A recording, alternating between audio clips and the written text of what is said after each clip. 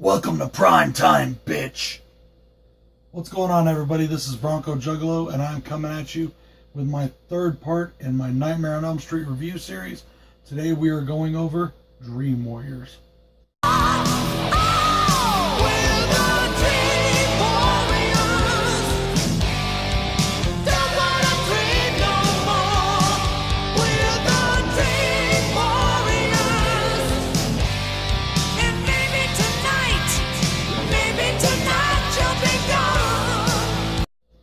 Now, Dream Warriors stars once again as Freddy Krueger, Robert Englund, who as always portrays this character to the max, to the fullest, and it is a great performance.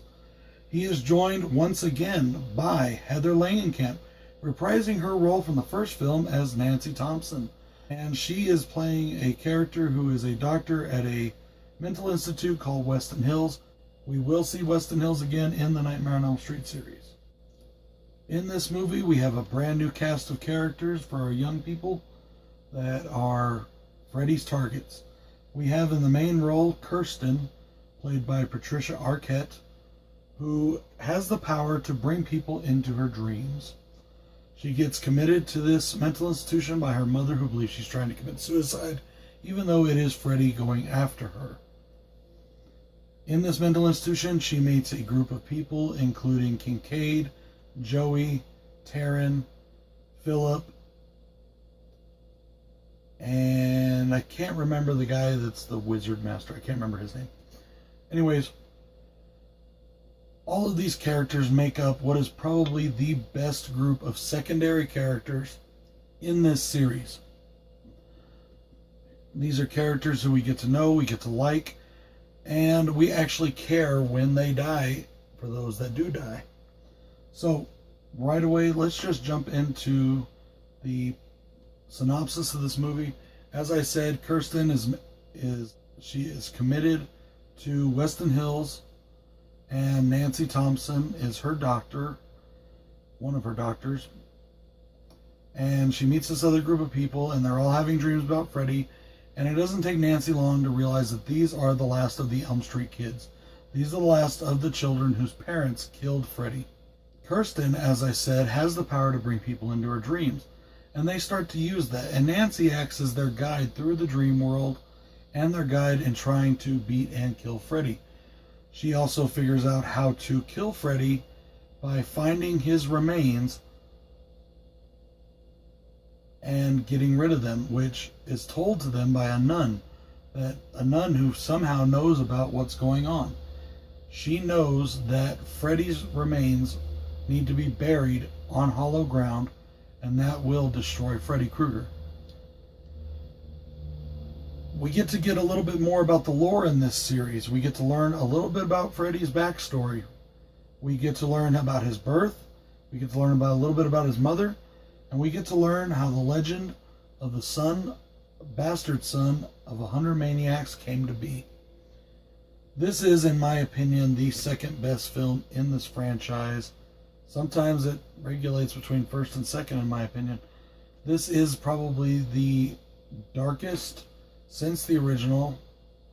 And also, in my opinion, the dream sequences and things like that are some of the more scarier dream sequences in the entire series. Right away, this movie starts off with a bang, and it puts you into an intense dream sequence. And it takes no prisoners. This is a great film, in my opinion.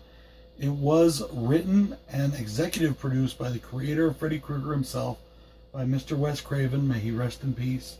I'm probably going to say that a lot in these videos because I have such immense respect for Wes Craven and the worlds he created and the characters he created. So, if you don't like it, tough, I'm going to do it. This movie, out of all of the Nightmare on Elm Streets, to me is the second least flawed film in the entire series. There's only one thing in this movie I really don't care for. So, that being said, we're going to jump right into the pros of this movie. As I said, right away it's a darker film. We jump right into an intense dream sequence. The dream sequences in this film are scarier to me I mean, not me personally, but they are a scarier dream sequence than in the last film, and in most of the films, all of the films practically going forward until we get to New Nightmare. So, right away, as I said, it immerses you into a dream sequence that is intense. This movie has probably the best plot and the best written story out of all of them, with the exception of one and maybe New Nightmare, and arguably, depending on your taste, Freddy vs. Jason. As I said earlier, this group of secondary characters is not throwaway characters. They are characters you get to know, you get to like. And so that's an awesome thing, because that's something that a lot of these movies have so few of. Another thing that I truly love about this movie is the kills in this film. All the kills in this film are pretty good. There are multiple kills that are inventive. There are multiple kills that are different.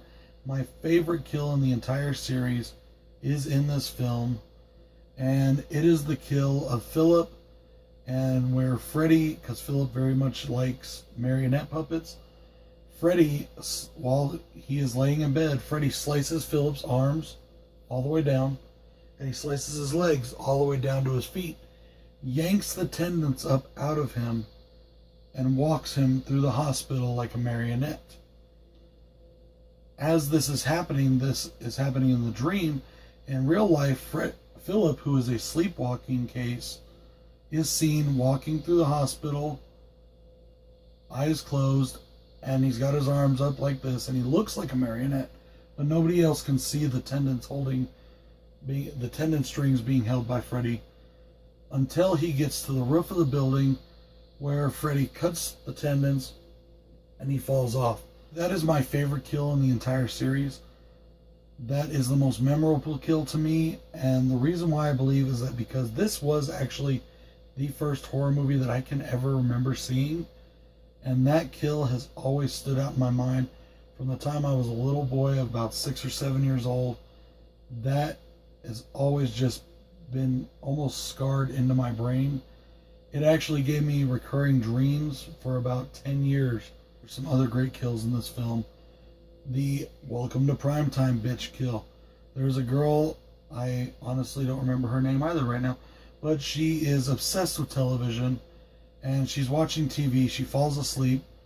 Freddy pops up out of the TV, grabs her. His head comes out of the top of the television. Mechanical arms come out. It grabs her, picks her up. He says, "Welcome to prime time, bitch," which is the best line in this film. It's my favorite line in this film. And he grabs her and he pulls her into the TV, and her face goes in, TV explodes, sparks, everything fire, and she dies. It kills her. Another great kill is the Taryn kill. Taryn is a drug addict, or a recovering drug addict, and Freddy changes in her dream. She's this badass, beautiful punk chick.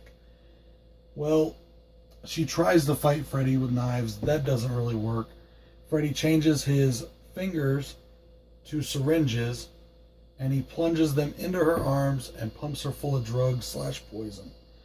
That kill was actually so controversial, it actually got banned in other countries. They had to edit that part of the movie out because of the insinuating of the drug use. Some more great things in this film to me are the special effects. Almost all of the practical effects were so great. There is only one thing in this film that, as I said, I really didn't like, and that is an effect. It was a cool idea. It's a really good idea.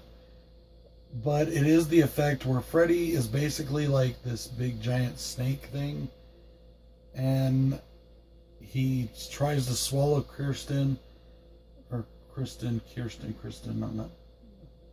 Anyways, he tries to swallow her whole, and he's pulling her down his gullet. Nancy comes in and stabs him in the face and saves Kirsten. But it kind of looks like a big, giant Freddy penis. Honestly, I'm sorry, it does. That is my only bad thing to take away from this movie. So that is my only con. Aside from that, though, the special effects in this movie for when did this movie come out? 1988, I believe. This movie has some very good special effects, both CGI and practical. The faucet sequence where Freddy's hand, or the faucet turns into Freddy's blades, that was pretty cool. The mirror sequence is very cool, where they're in a room filled with mirrors and they get sucked into the mirrors. There are some slight where you can tell that it's definitely an image being played on a green screen, like when Joey is suspended by Freddy's tongue lashings over what looks like a pit of hell. And the pit of hell does kind of look like it was filmed and then put on a green screen. That was so slight, though, it can be overlooked. By the time that this movie is over, Kirsten is our main character. Nancy sadly has departed. She did get killed finally by Freddy. He got his revenge on her. But it does set up with Kirsten for the next film, which we will go into that in the next film review. And we find out a small twist at the end that the nun that helped them the entire time, that was helping them, that was giving them advice, that was telling them the story of Freddy, it turns out that that was actually the ghost of Freddy's mother, Amanda Krueger. And so it brought a little bit of a supernatural, more of a supernatural element into the film than previous. All in all, I love this movie. It is one of my favorite horror movies. I'm going to be releasing a video of my top 10 favorite horror movies. I'm not going to tell you if this movie's in there or not, because I have a lot of favorite horror movies. But this is one of my favorites. If it's not in that list, it definitely gets an honorable mention. But we'll just have to wait and see on that.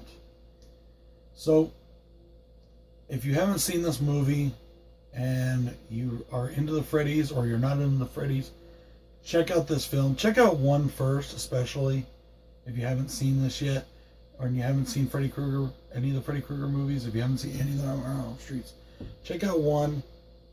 You can skip 2, or at least stream it. You don't have to buy it, but stream it.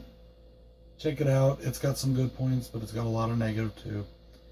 If you skip 2 and go into Nightmare on Elm Street 3, that's fine, because honestly, it's a great movie. It's a great follow-up to the first film, and the 2 back-to-back runs quite well together. You got a lot of the same characters, you got a lot of the same feel, the same vibe, and it's just an overall better movie than any other in this franchise, with the arguable exceptions, and we'll get into those in future videos, of 1, New Nightmare, and Freddy vs. Jason. Those are my opinions. You don't have to share them. Let me know what you think of A Nightmare on Elm Street 3 Dream Warriors in the comments section below, and give this video a thumbs up if you like it. Please subscribe and share my channel if you like my videos. I definitely appreciate it. I thank you guys so much for watching. Once again, everybody, this is Bronco Juggalo saying, have a great one, and don't fall asleep.